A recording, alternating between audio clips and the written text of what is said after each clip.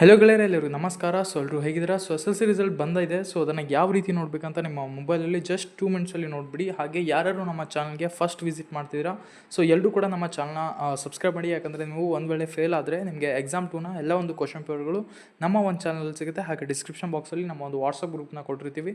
So ಎಲ್ಲರೂ join ಮಾಡಿ, ನಿಮಗೆ ಎಕ್ಸಾಮ್ 2ಗೆ ಹೆಲ್ಪ್ ಆಗುತ್ತೆ. ಹಾಗೆಯೇ ಈ ಒಂದು ರಿಸಲ್ಟ್ನ ಲಿಂಕ್ ಕೂಡ ನಮ್ಮ ಗ್ರೂಪಲ್ಲಿ ನಿಮಗೆ ಬಿಡ್ತೀವಿ. ಸೊ ಬೇಗ ನಮ್ಮ ಒಂದು ವಾಟ್ಸಪ್ ಗ್ರೂಪ್ನ ಜಾಯ್ನ್ ಮಾಡಿ. ಹಾಗೆ ಈ ಒಂದು ಚಾನಲ್ನ ಸಬ್ಸ್ಕ್ರೈಬ್ ಮಾಡಿ. ಸೊ ನೀವು ರಿಸಲ್ಟ್ ನೋಡಬೇಕಂದ್ರೆ ಸಿಂಪಲ್ಲಾಗಿ ನಿಮ್ಮ ಒಂದು ಗೂಗಲಲ್ಲಿ ಬಂದುಬಿಟ್ಟು ಒಂದು ಸರ್ಚ್ನ ಮಾಡಬೇಕಾಗುತ್ತೆ. ಏನಂದರೆ KRResult.nic.in. ಓಕೆನಾ?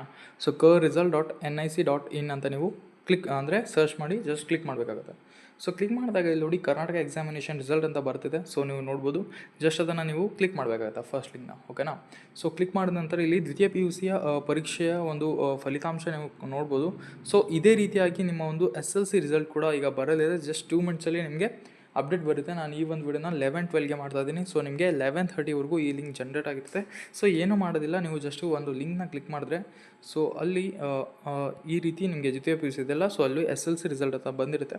ಸೊ ನಿಮ್ಮ ರಿಜಿಸ್ಟ್ರೇಷನ್ ನಂಬರು ಮತ್ತು ಇಲ್ಲಿ ಸಬ್ಜೆಕ್ಟ್ ಕಾಂಬಿನೇಷನ್ ಅಂತಿದೆಯಲ್ಲ, ಸೊ ಅಲ್ಲಿ ನಿಮಗೆ ಡೇಟ್ ಆಫ್ ಬರ್ತ್ ಕೇಳುತ್ತೆ.